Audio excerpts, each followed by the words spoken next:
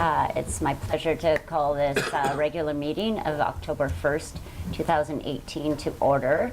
Mayor Bumstead is away. He sends his regrets, but he is off at a very important event, so we wish him well. Before we get started with delegations today, I would like to extend our condolences to the families and friends of the two young girls who were fatally injured in the car crash out on the Kiskatna Bridge. Ashlyn Myers and Asia Anderson, we send our thoughts to their families, and our thoughts are also with those who are still recovering from this terrible crash. So we'll start with delegations, and our first delegation, we will call on Tina Hill and Lindsay Drover from the Ministry of Children and Family Development to proclaim Foster Family Month. Ladies, come on up.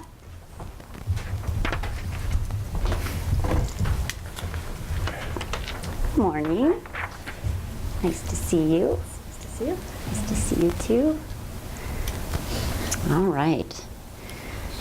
So whereas thousands of British Columbia foster families provide alternate family care for children temporarily unable to live with their families, and whereas foster families are an integral and valued part of the team of public and private professionals serving the families and children of British Columbia, and whereas foster families are asked to provide emotional support and care for children who will eventually return to their families, and whereas fostering is a community responsibility and foster families build strong communities, and whereas the City of Dawson Creek wishes to recognize the care, compassion, unselfish commitment of foster families within its boundaries and surrounding areas, now therefore I do hereby proclaim the month of October as Foster Family Month in Dawson Creek.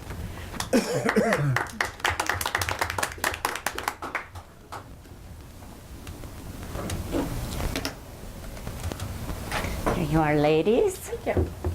And I thank you for coming in today. I know that foster families are very important to our community and to the children who need them. And so I'll turn the floor over to you, and if you have any words you'd like to say. The only other thing I'd like to add is that we're always actively recruiting foster families for babies, teenagers, toddlers.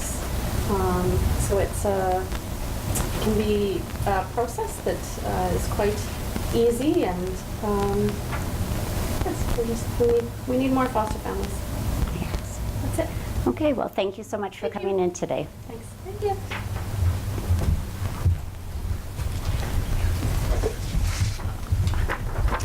So our next delegation, we have Lori Archibald and John Curiata from the Lakeview Credit Union in attendance to proclaim International Credit Union Day. Come on up.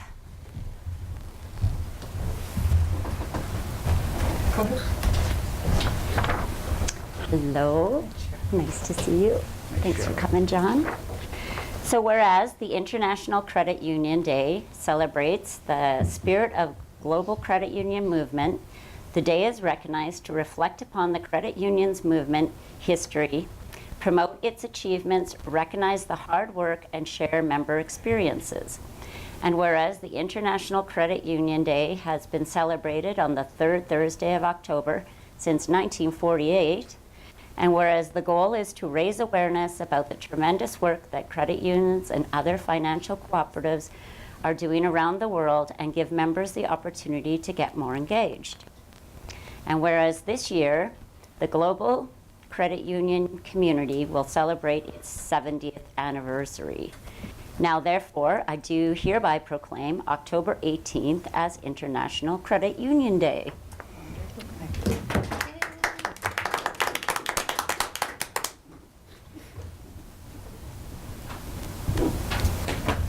There you go. And I'll turn the floor over to you if you have anything you'd like to say. Speak loudly into my mic. So 70 years for the global credit union movement. However, Dawson Creek is 75 years this year. Lakeview Credit Union. Important or interesting facts is that 40% of the population of BC are credit union members, and there's billions of dollars under management. So they really are community-driven and member-focused. So thank you for this. Well, and thank you for all the good works that you do in our community. I know you guys are busy out there at all the events and supporting this community, so thank you so much for coming today. Thanks, Cheryl. You're welcome.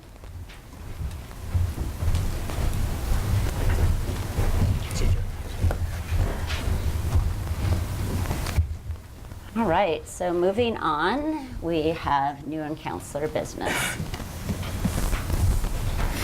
Councillor Wilbur?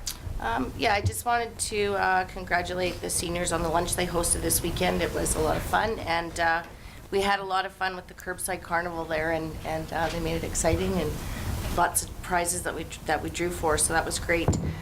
But also, through you, Madam Chair, to staff, I've had a few calls with winter coming, and it feels like winter out there, regarding rooming houses. So we have a few in town where currently the people staying in the house are parking in the alleys, and so they're not taking up the streets, but their concern is winter's coming, they're not going to be able to have access to those alleys.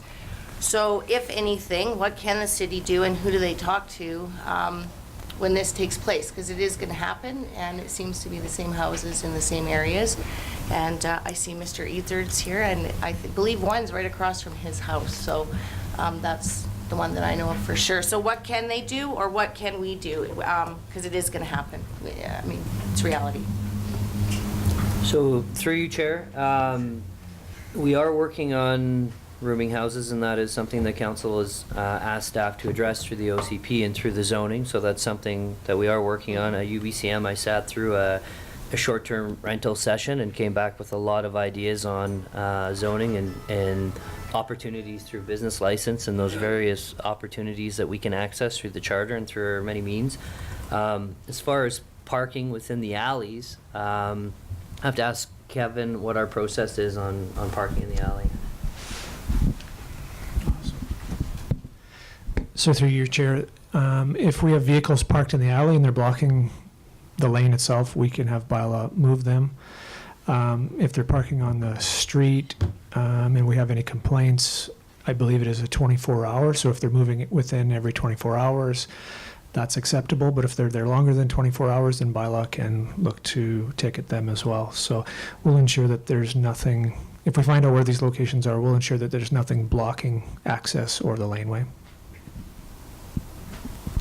So just to follow up on that, so I think them parking currently during summer months when we don't have snow in the alleys, not an issue because they're not on the road. It's when winter comes, and because we don't maintain our alleyways, they're literally parking on lawns, on the street, running extension cords all over the place, and literally that whole street cannot get out of their driveways because of all these trucks and extension cords that are there in the winter. So I'm assuming then that they would just phone bylaw, and then the city would be able to go look and hopefully do something, because it happens every winter and it's not changing. So Yep. So through you, Chair, contact bylaw if they think that there's a violation, yes.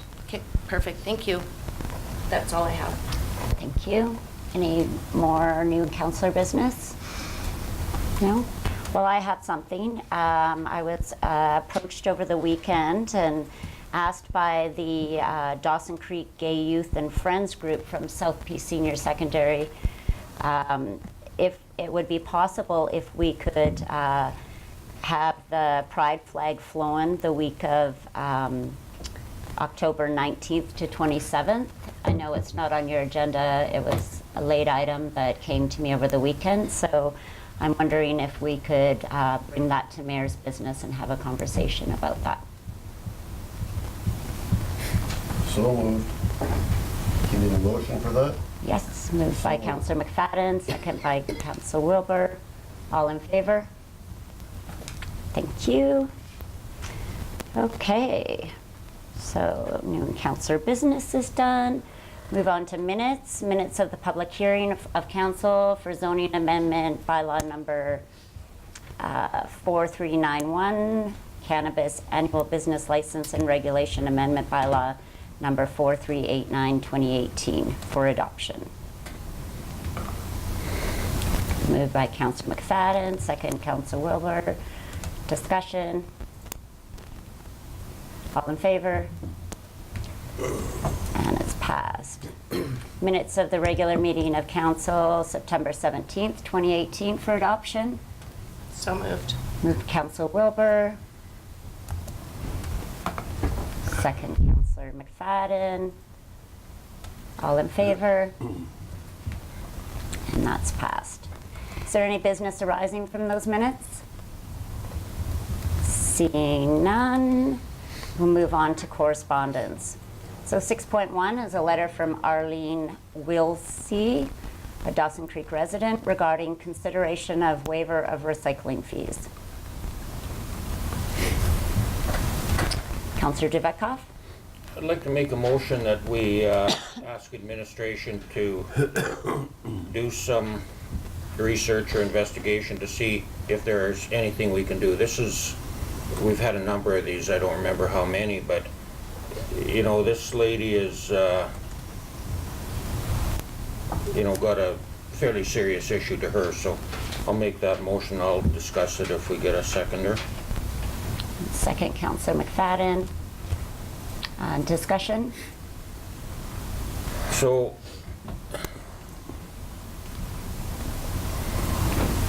you know, these folks that, and this is probably an extreme example where she doesn't generate enough garbage on a weekly basis. I think she takes it out on a monthly basis out to the street, and so she's already overpaying for that. Like her payments are subsidizing the rest of the community, and the issue of recycling then just exacerbates that, because if she doesn't generate the garbage, she doesn't generate the recycling either. In addition to the fact that the bin is big, and for her to, you know, get it out to the curb is difficult. So I think it would be worthwhile for us to have a look at, you know, the contract. I know it's a contract, and you know, we're tied into it for a period of time, but there may be things that the creative minds of administration could come up with to help out with that kind of an issue. Anybody else? Councillor Wilbur?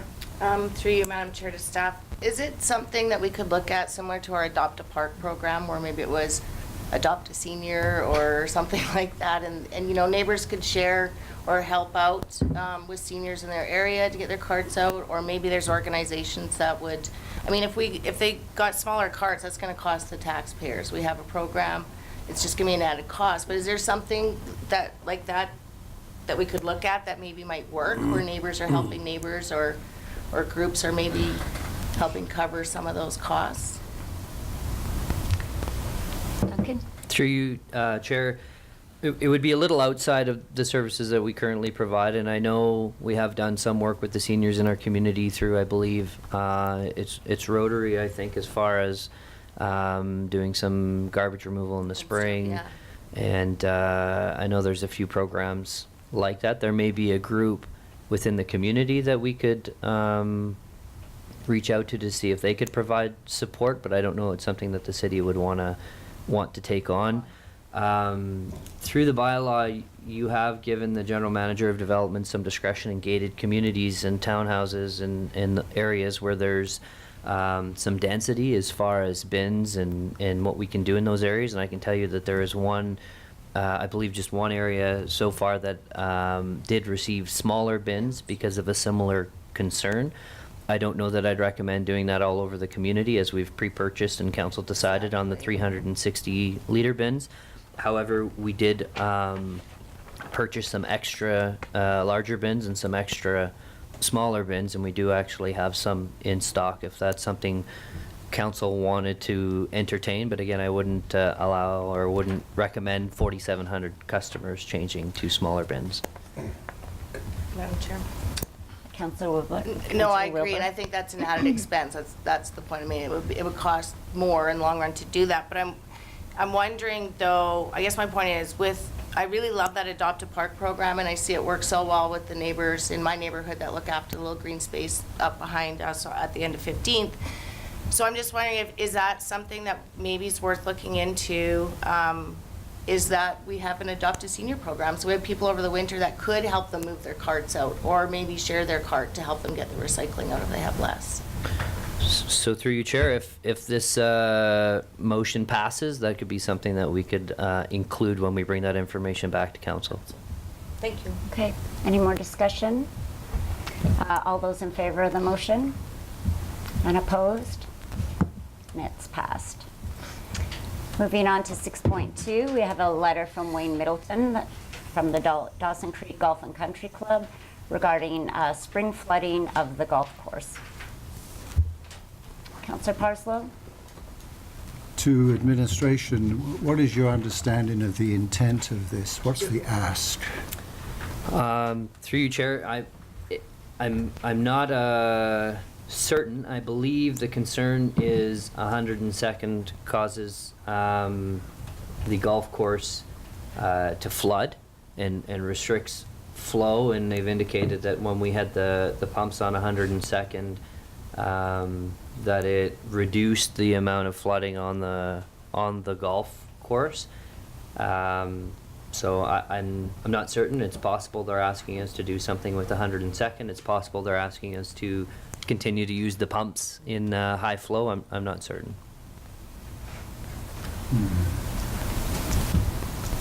Councillor Wilbur? I move that we receive for information. Move to receive for information. Do we have a second? Councillor McFadden? Discussion? Councillor Parslow? Well, I think I would prefer if we inquire of the writer and this Dawson Creek Golf and Country Club, not just receive it, but also make an inquiry as to the specific remedies and asks so that we can consider it in our budget process. Is that an amendment? I'd like to make that as an amendment. Fine. Excuse me, Madam Chair. Yes.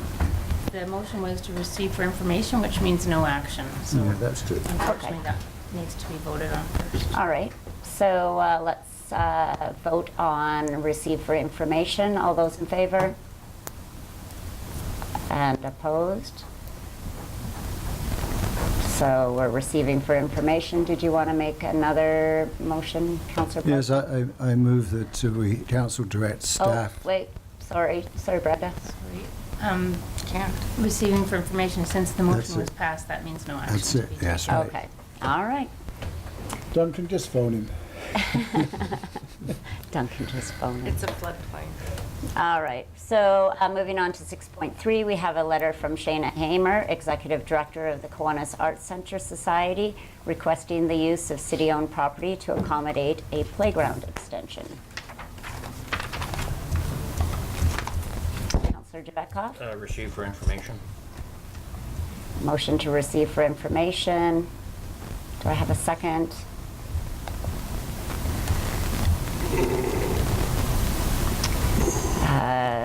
Second, Councillor McFadden. Discussion? Councillor Wilbur? Through you to staff, they're not asking for funding, but they are asking for permission to use land. So how does that affect us cost-wise and land-wise, if you could, please? Duncan? Through you, Chair. So the city took over this land, or was donated this land in 2016, and gave a charitable receipt of about $300,000. It's actually 5 lots, and the city at this point really has no plans. We also own the land that the Calvin Crook sits on as well, so this extension wouldn't necessarily be giving land away. It would be allowing use of existing city land. However, depending on what council or future council would like to do with that lot, you may want to restrict how much land you would allow them to use. So looking at 20 feet and the 5 lots, 20 feet would take over approximately half of the lot to the west of the playground, and there would be 4 lots still remaining. Cost-wise, they've indicated that they would construct it. They would look after it. It's city land. I don't believe there would be any land transfer costs. It would really essentially be amending their agreement and increasing their land use. Councillor Parslow? Yes, my recollection is in the official community plan,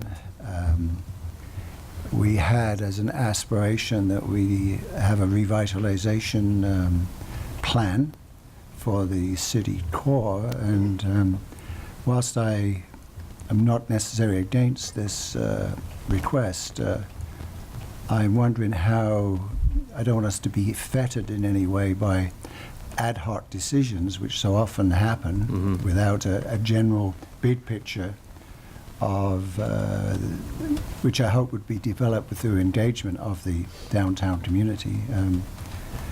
So I wondered where that piece of work you see in your timeline of working through some of those sensible aspects of our OCP, where you see it in the stream of work.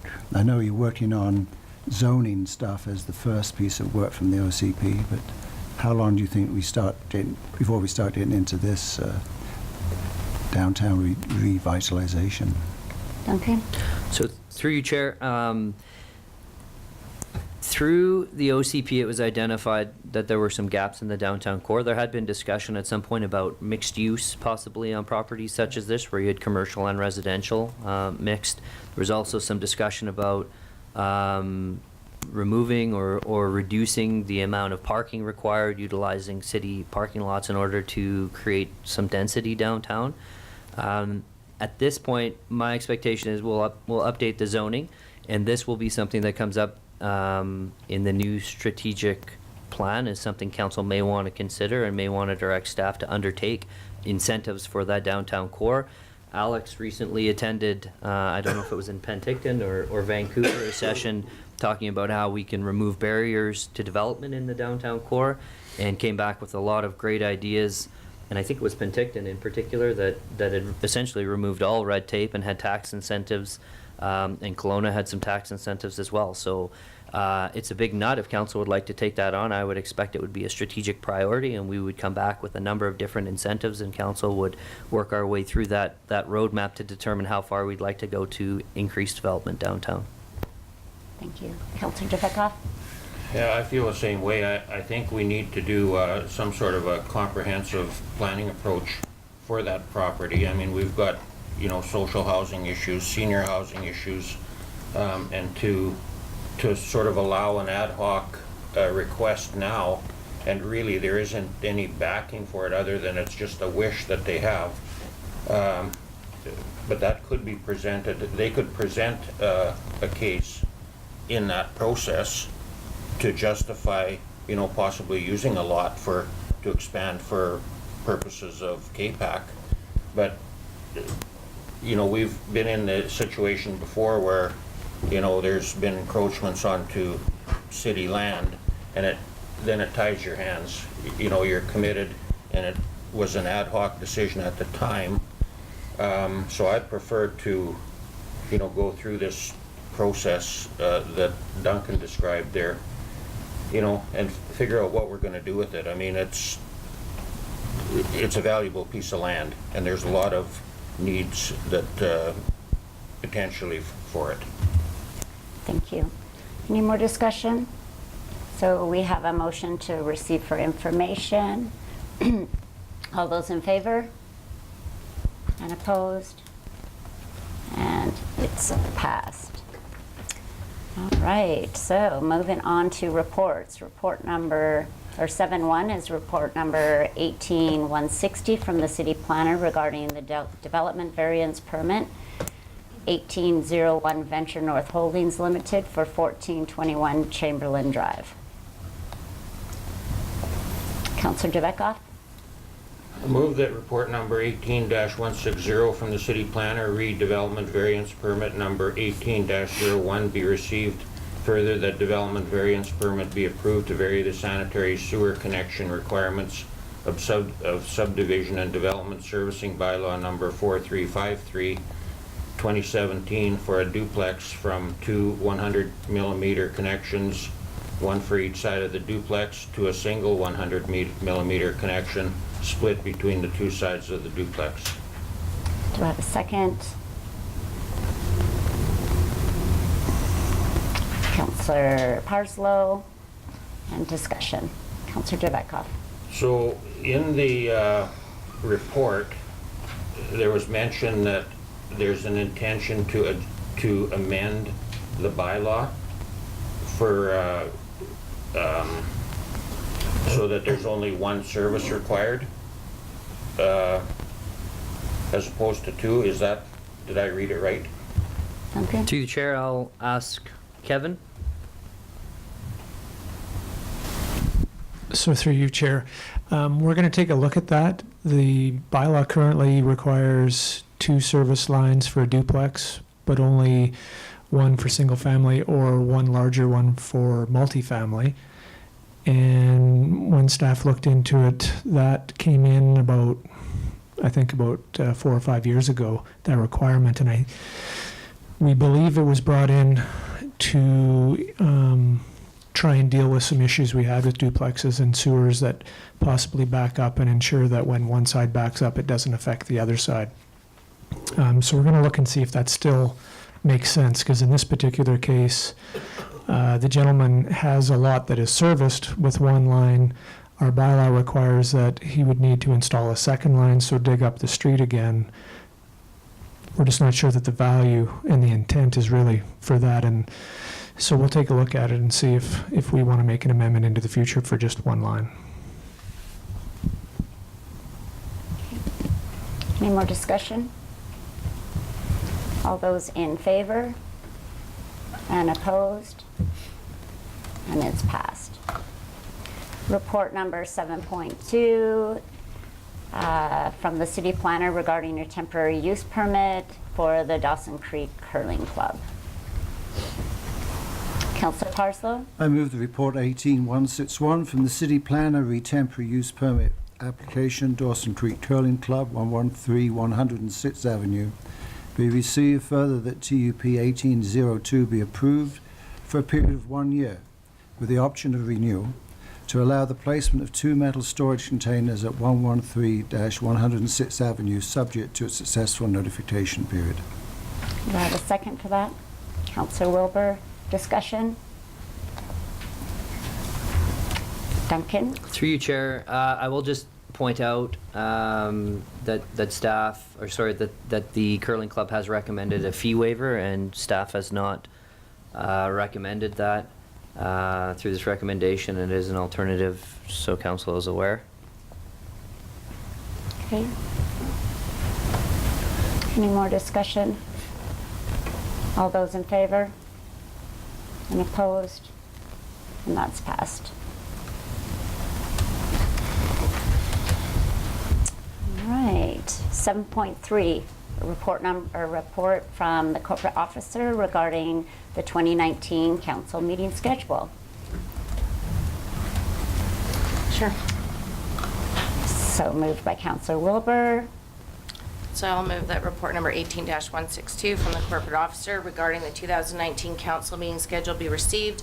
Further, that council adopt the following 2019 council meeting schedule: January 14th and 28th, February 11th and 25th, March 11th and 25th, April 8th and 29th, May 13th and 27th, June 10th and 24th, July 22nd, August 12th, September 9th, October 7th and 21st, November 4th and 25th, and December 9th and 23rd. Do I have a second for that? Councillor Javetkov. Any discussion? Councillor Parslow. Just a comment, the December the 23rd date seems to be, you could be generating some issues having that so close to Christmas. Is there not an alternative that doesn't mean that there's considerable absences, maybe because of vacation plans and Christmas festivities? Duncan? So through you, Chair, yeah, we have included an alternative where the 23rd is not included. Essentially, we're just trying to keep that past precedence where we have 1 meeting in the summer and 2 meetings in December. However, this year it really falls somewhat wonky, and that's why we've included it in the alternatives, because we do we do believe it could be an issue for some councillors that close to Christmas and staff. Yeah. So is there something, like could we pass this today and then as we get closer, reassess the situation? Or would it be more prudent to move an alternative? Brenda? Through you, Chair, you can either amend the motion to remove that December 23rd meeting at this time, or at any point you could cancel a meeting. Okay. And through you, Chair, I do expect that we will have a special budget meeting at some point in December, probably the same week as the first meeting in December, just to go through that process we did this year, where we talked about projects and we talked about some of the areas that council would like to see changes, to allow staff to do some work on that and bring that back during the budget process. I thought that worked very well last year, and we'd like to continue that. So there will be another meeting in December. All right. Councillor Parslow? Well, that comment begs another question. The previous finance officer made a statement that I wholeheartedly agreed with, that we changed the budget planning process to follow, not to follow, sorry, I'd hate to say, use that word follow reference in Fort St. John, but, you know, to have our budget work be done in the fall. Now, I recognize that with a new finance officer, that might be impossible to do right now, but what is the status of that? Because there is a lot of work involved in that, and that would affect meeting schedules, or is that notion, that possibility out for this year? Okay. So through you, Chair, this year I think would be a difficult year, as there is an election and there may be some new councillors that need to get up to speed on the operation of the city, but the intent is definitely to decrease that timeline, and Flavia's already begun looking at that. Do you have any comments on what that timeline might look like in the future, Flavia? Yeah, no, the plan, like in discussion with the staff and the management team, is that we can't commit for this year, but the project is for next year, to have really a couple of months reduced so that we can have the budget ready in a early time. So that's the goal. Thank you. Yep. So it is still our plan, and we'd like to see that. We need to look at some of the risk involved and some of those key dates, in particular when we are confirmed our Peace River Agreement funding and when we're confirmed assessment and challenges. Those would be a couple key revenue sources that you wouldn't want to have too large a swings in those areas. But outside of that, we'd like to decrease that timeline and really get it underway early. Councillor Wilbur? Thank you. So through you to staff, Madam Chair, is there any benefit then to having 2 meetings in September and only 1 in December, if we're going to have that proposed special budget meeting? I think it says the 16th in the report. Through you, Chair, I know UBCM is usually in September, and that's Right. usually what we're working around as far as the timelines. That's true, right? Just a thought. All right, so the schedule has been moved and seconded. Apparently, in the future, if we need to cancel that meeting in December, we can do it at that time. And so I would ask all those in favor, opposed, and that's carried. Moving on to 7.4, report number 18164 from the Parks and Facilities Manager regarding the Dawson Creek Disc Golf Club delegation update. Councillor Parslow. To move that report 18164 from the Parks and Facilities Manager, re Dawson Creek Disc Golf Club delegation update be received.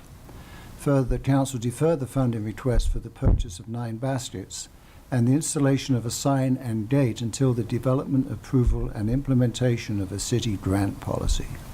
Do I have a second? Councillor Wilbur, discussion? See no discussion. All those in favor? And no one's opposed, and that is passed. 7.5, report number 18168 from the Deputy Chief Financial Officer regarding the 2018 tax sale results. Councillor Javetkov Receive for information. for information, and second, Councillor Wilbur. Discussion. All those in favor? Opposed? And that's passed. Well, we're just ticking right along. I told you it would be a quick one with me sitting in this chair. We're moving on to bylaws. 8.1 is permissive tax exemption bylaw 4392 2018 for consideration of third reading as amended.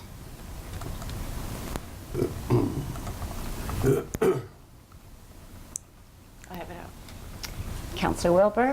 Sure, I'll move that recommendation, report number 18-166 from the Chief Financial Officer regarding the permissive tax exemption bylaw number 4392, 2018 be received. Further, that the third reading of permissive tax exemption bylaw number 4392 be rescinded and reread as amended by adding the properties identified in light yellow on the schedules attached to the report, and further that staff be directed to publish the notice as required under section 2271 of the Community Charter. Do I have a second? Councillor Parslow.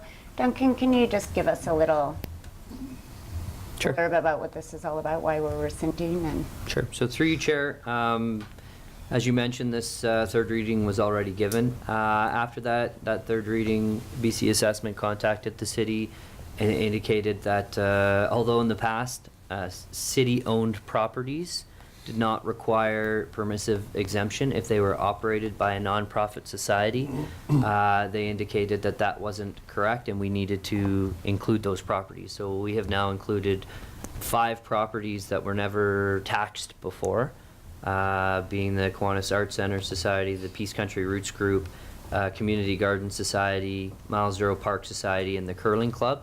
In working with BC Assessment, they had indicated that the Calvin Crook Center would be taxed. We indicated, well, we have more than just the Calvin Crook Center nonprofit society operating, and they asked that we update that. Timelines, we have till October 29th. Ideally, we would have been adopting today, but we still have time, October 1st and October 22nd, to move through this. perfect. Any more discussion? All those in favor? And opposed? And that's passed. 8.2, the Smoking Regulation Amendment Bylaw number 4390, 2018 for consideration of adoption.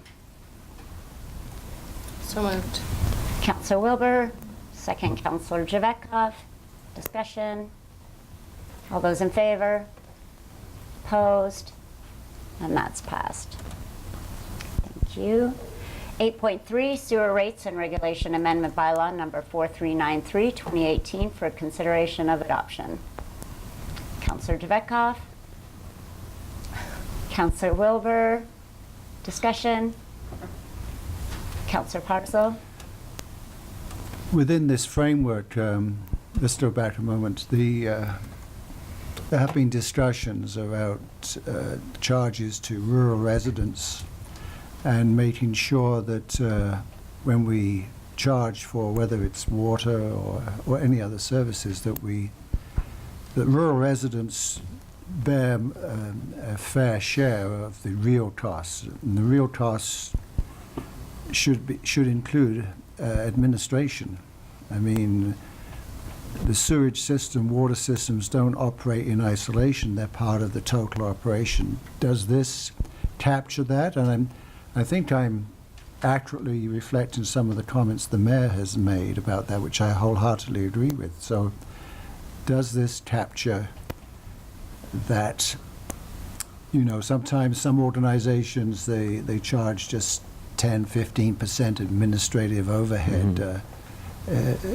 I'm not saying that we have formalized that, but that might be a direction we go. So, but we do need to fairly meet our costs, not only just from city dwellers, but also the rural residents who use these services.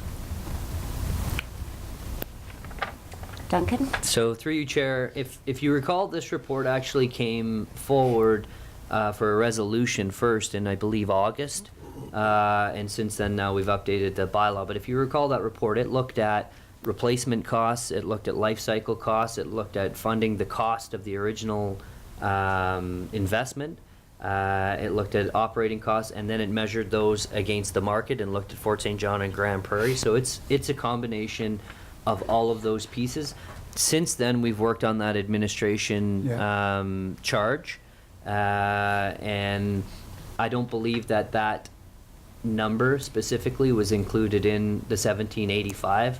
However, I feel like the model that we used for this, with the life cycle and the investment and all those other pieces, is probably far superior than the other models we've used. And actually, at that time, I think I indicated we were going to use this model moving forward to ensure that we captured all of those capital and all of those infrastructure charges. So, short answer, we don't have a specific amount in here for that administration that was developed after.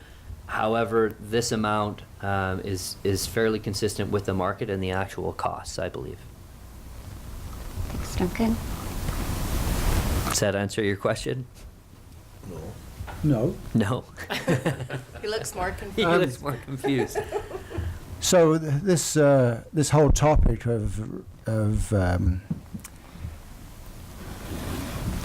rural residents truly meeting the costs, I'm sure will be front and centre for a new council. So I'm not going to propose any changes right now. Yeah. But I think we do need to consider fair enough. We do need to have a framework that does reflect the market, and that's fair enough, but we also need to work into it some recognition that for these systems to operate, there needs to be an administration that enables all that, Yes. and we need to cover that cost off to our rural residents, but that can be maybe looked at by a new council. Duncan? So through you, Chair, we also indicated that we would be looking at this rate after the first year of operation, when we really have an understanding of what those costs are.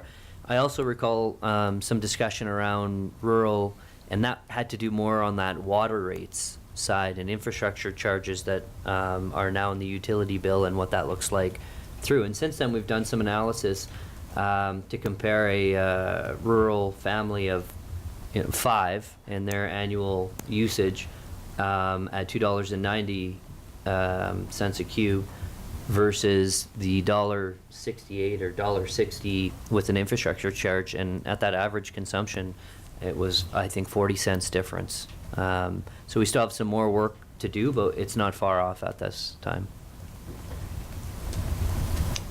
Okay, so it's been moved in second. We've had some discussion. All those in favor? Opposed? And it's carried. 8.4, Land Use Procedures Bylaw number 4394, 2018 for consideration of adoption. Moved Councillor Dvetkov. Second Councillor Wilbur. Discussion. All those in favor? Opposed? And that's carried. Where am I? 8.5, report number 18163 from the city planner regarding zoning amendment 1805, bylaw number 4395, 2018, Tija Global, 11612 8th Street. Zoning amendment bylaw for consideration of first 2 readings. Councillor Parslow. The report's 18163 from the city planner, rezoning amendment 1805, bylaw number 4395, 2018 be received. Further, the zoning amendment 1805, bylaw number 4395, 2018, which proposes to rezone of a portion of 11612 8th Street from C5 commercial neighborhood pub to C2 commercial general, be given first 2 readings. Have a second. Councillor McFadden. Any discussion? All those in favor? Opposed? And that's passed. Is there another part to this? Or is that covered all off? Well, Brendan? that's good. That's good? All right. 8.6, report number 18168 from the Development Services Manager regarding removal of prohibition of retail cannabis. Zoning amendment 1806, bylaw number 43996, 2018 for consideration of first of two readings. Sure. Councillor Wilbur. I'll move that report number 18-165 from the Development Service Manager regarding removal of the prohibition of retail cannabis be received. Further, that the zoning amendment bylaw number 4396, 2018 be given first and second readings. Have a second. Councillor McFadden. Discussion. Councillor Wilbur. Really, I just want to say thank you to staff because this is coming at us fast and they've been just working double time so that we can get ourselves prepared and our community prepared for what's coming down the pipeline. We have no choice. So here we go. So thank you to them for all the work they've done. Yes, thank you. Councillor Javetkov.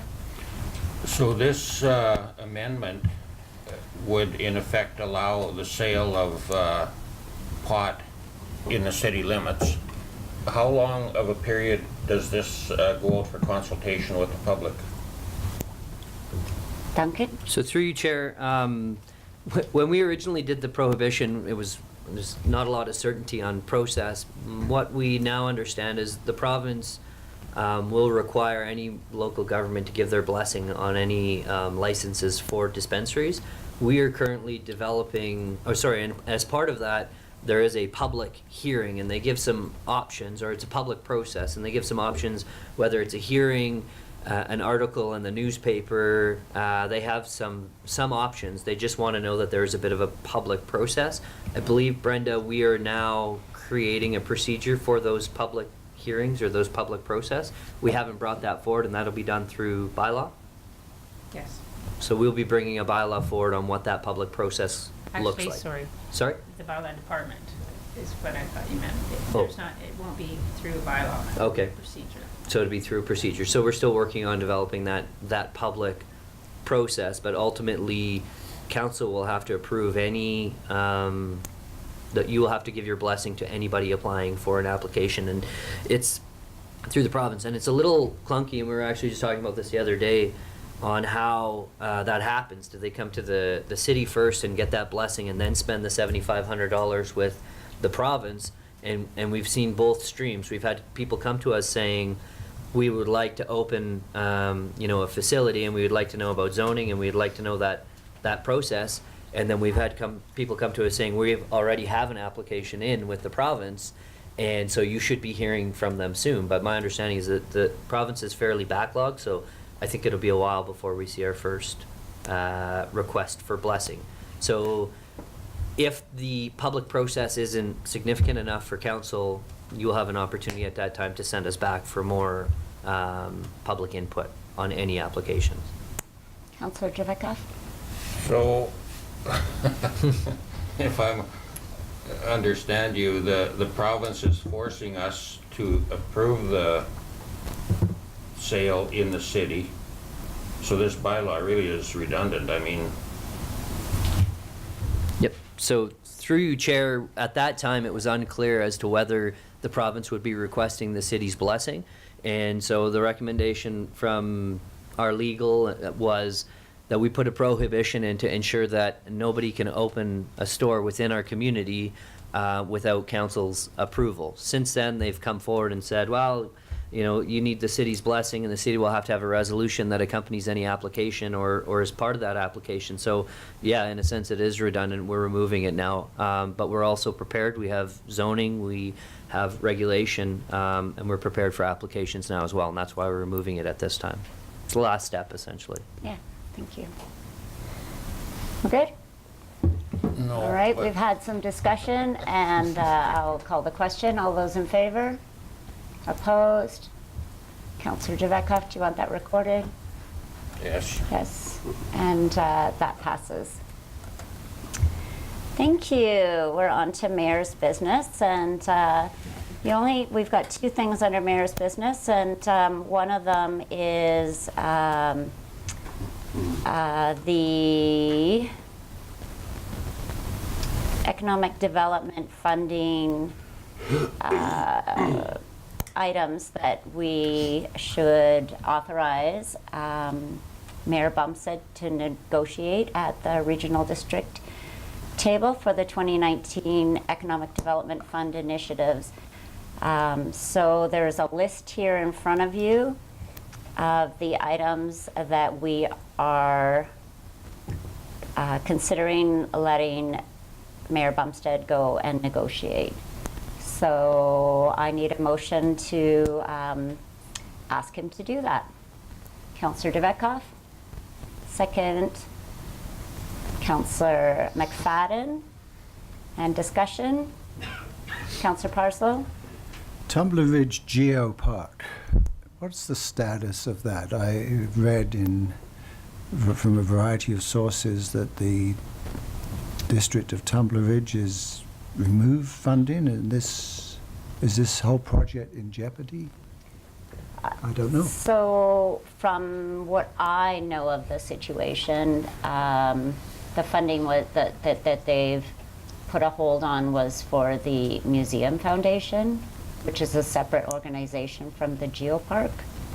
I mean, it's all intertwined somehow, but I'm not exactly sure what all of the status is at the moment. I'm sure once this election is over that there may be more information to come once the election is finished. So I think that Mayor Bumstead will be on top of all of that at the regional district and able to best decide what